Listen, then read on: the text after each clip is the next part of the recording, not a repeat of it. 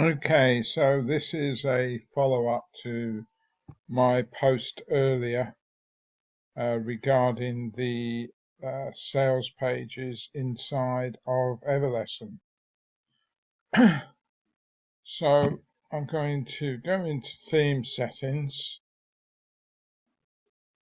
and here's an image that I've got at the moment, but I'm going to actually change that. So I'm going to upload a photo, and I'm going to choose this one here, and I'm going to choose the cover stretch so that it fits the page. Okay, so you can see at the moment that doesn't display particularly well, but see, the reason is I've got this blue section here because I've actually worked out that if you're using an image that is 2500 by 1150, which is one of the default sizes, that you are best to have a section that's 2500 by 750 on the sales page so that you don't get cut off of text or logos, which was something that we were discussing in the group yesterday. So if I now reposition this, and I can just drag this up and get rid of that red bit at the top, and now if I save this here, but also in this as well, and if I now view this, so if I go back into the sales pages and view it here, there you can see I've got no cut off because I've used that red section to control really what is being displayed, because I know that if I don't choose this blue section, then it's not actually going to display as it should.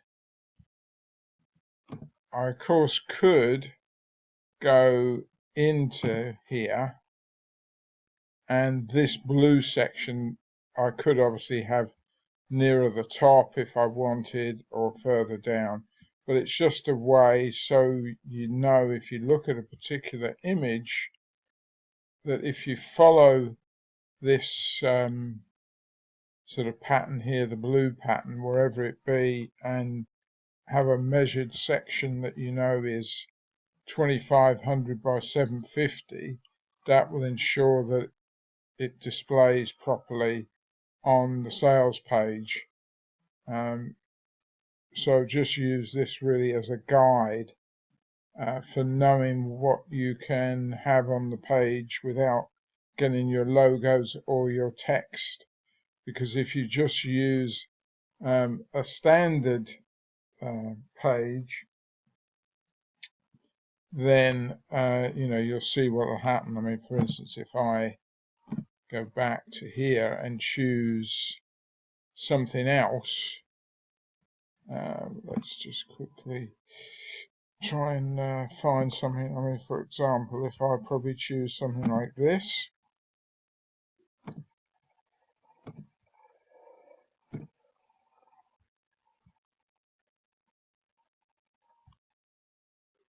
now you might think that doesn't look too bad, but when we look at it again in here,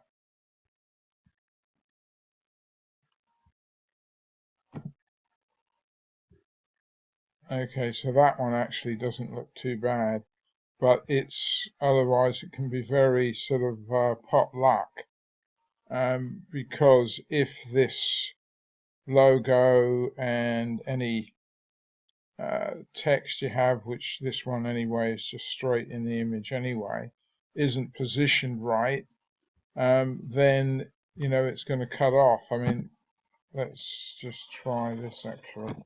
I go into here and do the reposition.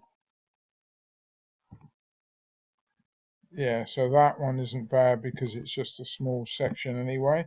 But you can imagine if I was using more of the page, then this probably would not, you know, look that good. I mean, let's quickly just try and find another one with some text on. Maybe try something like this, for example.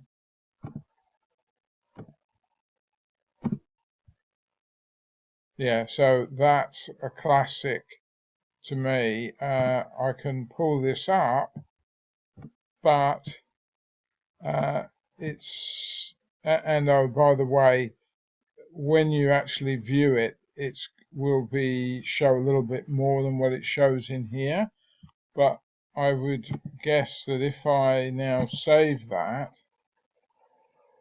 and save it in here as well, and then go back to the sales page and view it, yeah, so you see it's sort of cut off because this bit isn't in the right part really of the page.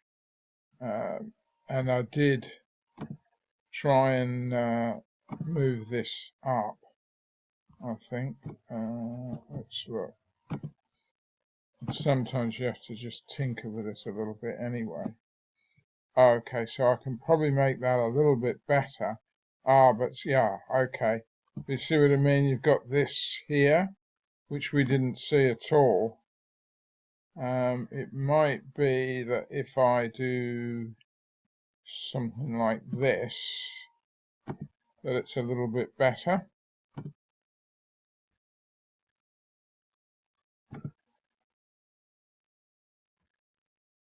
Alright, so go back in there. Now you see it's still not perfect. Whereas if I follow that blue section and get everything in that size, then it is going to look, you know, much better. So hopefully that helps you in appreciating what you need to do. Thanks, bye.